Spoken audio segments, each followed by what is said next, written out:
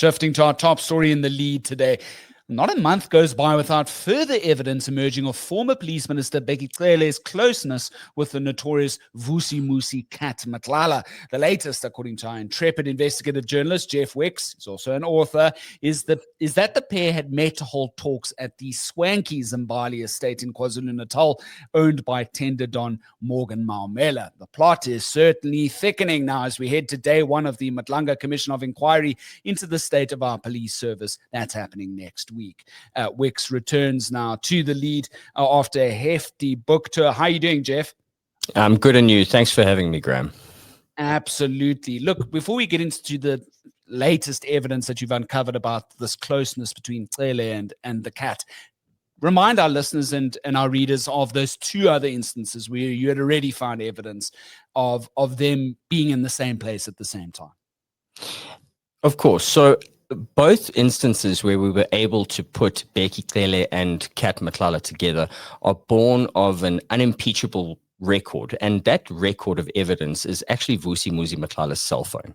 And the first instance was when Mr. Matlala allowed Cele to live it up on multiple occasions in a Pretoria hotel penthouse that he leased. We found that on Matlala's cell phone because he'd actually sent a message to a hotel staffer saying, "My good friend and business partner is coming to use my apartment." Well, Cele, of course, denies that they're business partners or good friends. What complicates his narrative is that there is extensive contact between Cele and Matlala. In one instance, in fact, several days before he was arrested, Cele tried to call Cat Matlala more than 10 times, and it seemed like the intent to speak to him was sort of born of some sort of desperation.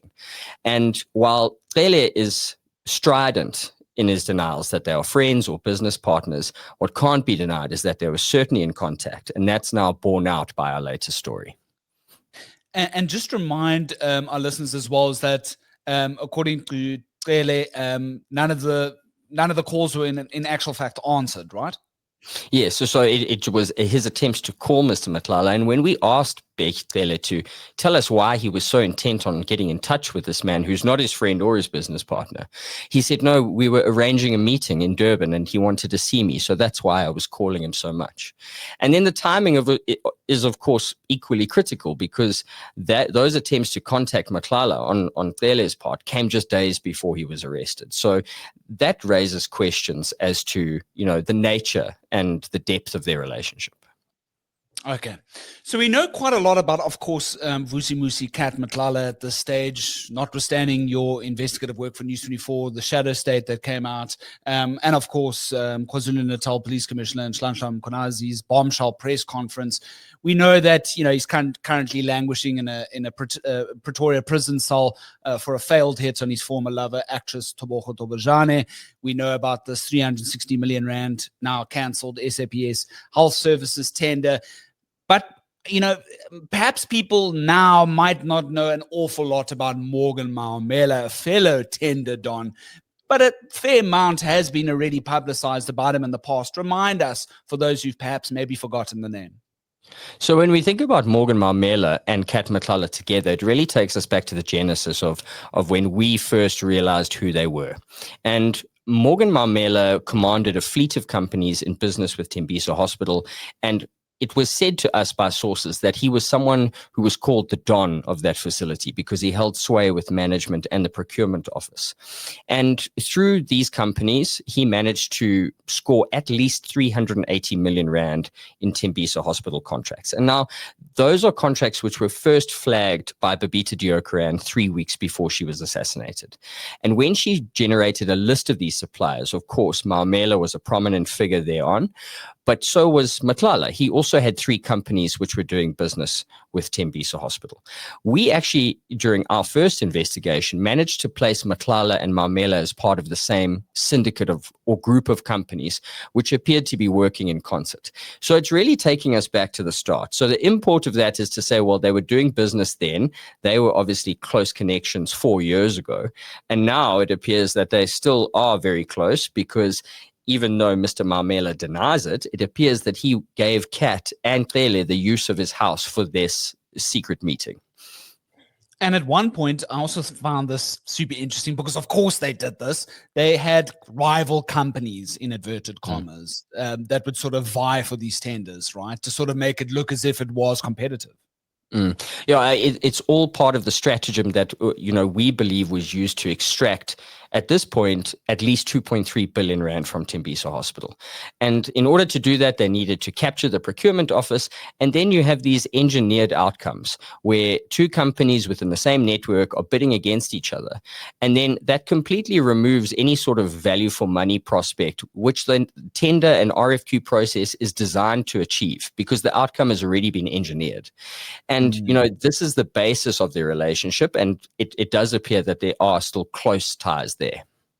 And Jeff, just for the record, in case people are wondering, do we know if Morgan's under any sort of investigation or alleged to have, overtly done any wrongdoing that's caught the attention of the Hawks or anybody else? Both he and Kat are under investigation by the Hawks and the SIU related to the Tembisa Hospital scandal. We've known this for 3 years. And this was first codified when the SIU released a preliminary report at the end of 2022, where they confirmed the findings of our own investigation, that hospital had been infiltrated by syndicates. And one of the syndicate leaders they named was Mamela. And Kat falls within that realm. But it's clear that they both had the sort of same in-tune theory to target state procurement, because that's where they've accumulated a lot of their wealth from.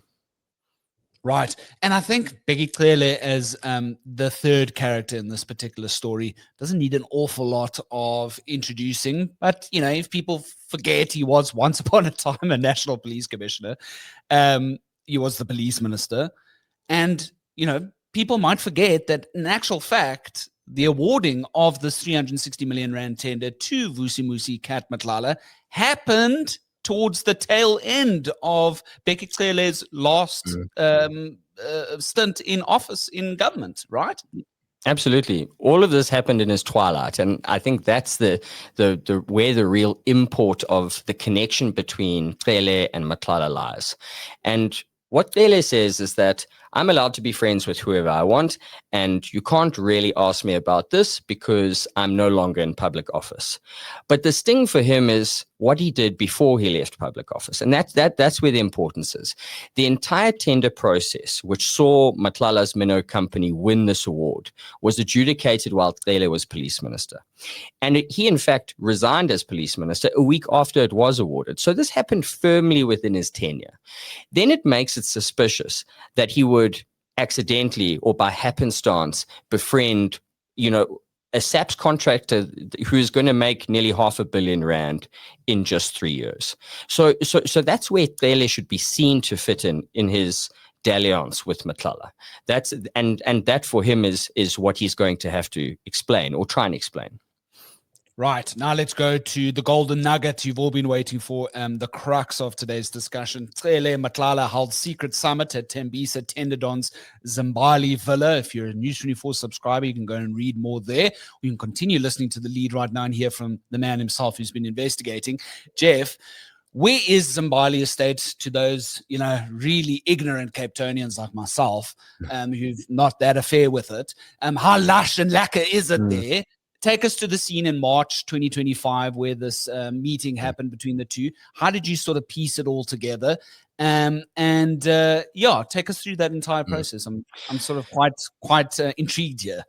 So Zimbali is one of the most sought-after bits of real estate in the entire province of KwaZulu-Natal. It's a lush coastal enclave that's set between Durban and Ballito, and it really is a gem of KZN's north coast. And it's where the uber wealthy build their houses and their mansions. And it became the subject of our story because we established that on the 18th of March, Cele and Matlala had a meeting. And we know this because Morgan Mamela, who is a resident in that estate, he actually owns 2 properties in that estate, and they're collectively valued at 35 million rand. And what he did was sent access codes to Matlala. Matlala then sent those codes on to Cele. So it was obvious that there was some sort of rendezvous going on. And where it gets interesting is the divergent versions put forward by Cele and Mamela. So Mamela, and I must say, I managed to ask him these questions in the first interview in 4 years that I've been able to conduct with him. And what he said was that, of course, he was unaware of Cele's presence. He didn't know if a meeting took place, but what he was certain about was that he had not given Matlala access to one of his properties. And that was strange, because when we spoke to Bheki Cele, I asked him, did you meet in a hotel or in a house? And he was adamant that he met in a house. So logic tells us that it is highly probable that Matlala and Cele had their meeting in one of Morgan Mamela's properties. Cele himself admits as much. He says he met with Matlala there. So we know that it happened in some respect, but there are certain discrepancies between the two versions. Why they've arisen now, or who has an agenda here, is still unknown, but both cannot be true. Either Bheki Cele or Morgan Mamela is lying. And of course, you weren't a fly on the wall, Jeff, so you don't know what they spoke about, right? No, we did ask, and it's one of the most pointed questions I've put to Bheki Cele. And he and I have butted heads in the past over this very thing, explaining his relationship with Matlala. And he says, I have no locus standi to ask him questions. He's not going to answer them, and he's going to address these issues in an appropriate forum, obviously hinting at the ad hoc committee or the Madlanga Commission. And when I spoke to Bheki Cele yesterday, he said he was enthusiastic about going before the commission, not answering my questions, but answering theirs. And then we have reports on News 24 last night that at least the ad hoc committee in Parliament is struggling to get him to cooperate. So again, there's two discrepancies there that we really need to focus on in the week to come. A lot of people don't know Bheki Cele is incredibly media savvy, very media savvy. He knows how to give a soundbite. He knows the tricks of the trade when he addresses reporters. How has his relationship changed with you from the first instance where you brought evidence of his closeness with the cat, and now? Has that tone changed at all? Has his cooperation with giving you comment changed at all? Yeah, I wouldn't call him media savvy. To me, Bheki Cele is a particularly belligerent individual who enjoys to have his say and not really listen to anyone else he's talking to. So he and I have had several run-ins on this story because he doesn't feel like he needs to account to me. Unfortunately, he's mistaken. This matter is firmly within the public interest and will continue to ask important questions. But it does appear that he's telling me one thing and his actions are saying something different. And that's in specific reference to his cooperation with Parliament. Parliamentarians are saying we've been trying now on several instances to get in contact with him and to get him to come and appear before us. When he talks to me, he says he can't wait for this opportunity. Again, only one version of this can be true, and it remains to be seen what that is. But what's certain for Mr. Cele, at least, is that this won't be the last time we'll darken his doorstep. Right. I thought, of course Jeff did this. Of course Jeff would go and find out and sort of fact check in real time Mr. Mamela's reasons for the cat using or wanting access to the Zimbali estate around that time. And Morgan responds to it. He says, no, there was an Orlando Pirates game in town. But what did you find there? Just as a sort of an aside, just to show how thorough investigative journalists have to be at News 24.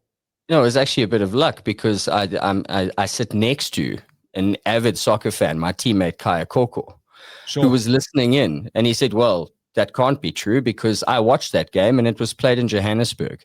So we were very happy to be able to sort of challenge him on that whilst he was on the call. He then capitulated and said maybe it was the Chiefs, but he was check his records, but then the records had been deleted. So maybe that's been lost to the ether. But certainly further investigation can and should be done by the authorities checking these versions, because these incidents and this subject matter is going to be relevant to what's happening in Parliament and at the Madlanga Commission.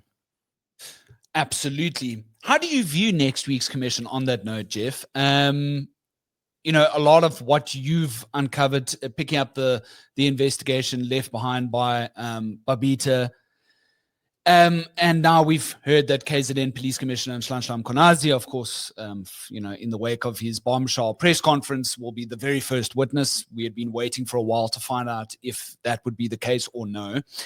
It's probably going to be, his telling of that press conference again in front of evidence leaders.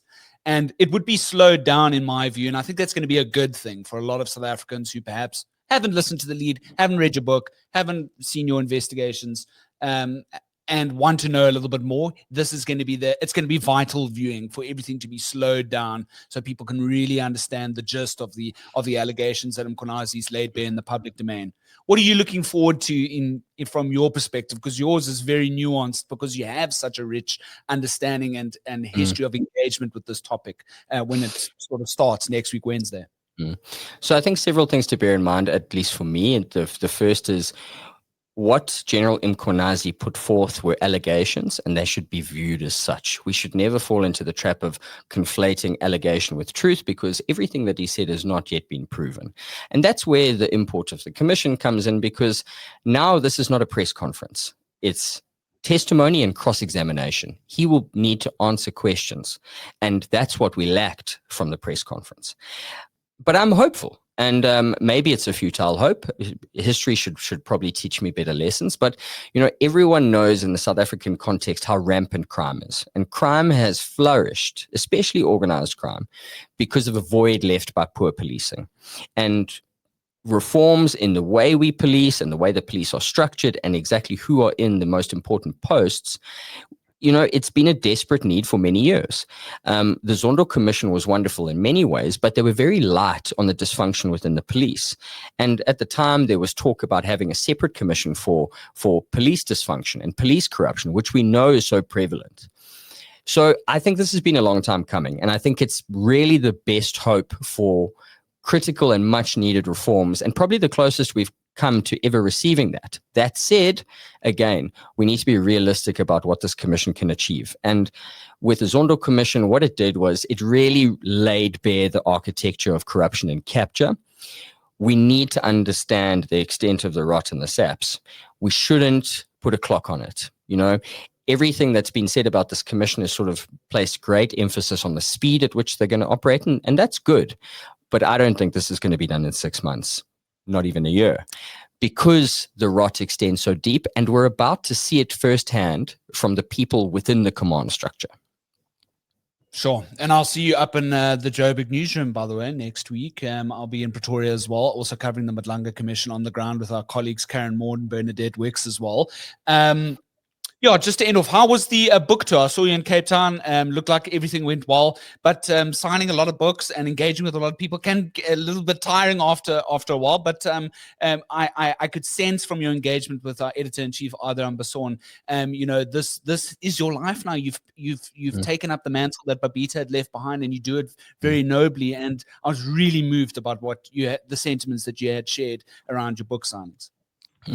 It's been busy, and I'm feeling a bit battered, but what I take solace from is that people are talking about Babita's life and her story.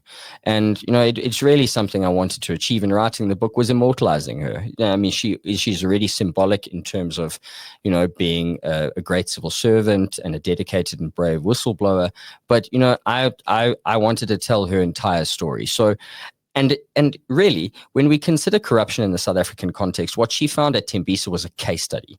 Not only a case study for extraction, but the violence that whistleblowers face. That's a story that needs to be told and remembered and told again, because there are way more Babita Deokarans. Sadly, I don't think she'll be the last. So it's important that we really make her story count. Do you think Cele is phased about all of this? My final question. Do you think I get the impression that he's like, whatever, when the parliamentary inquiry comes and the Matlala inquiry comes, I'll say my say and that's it. I'll ride off into the sunset. I don't think he takes these things an awful lot seriously.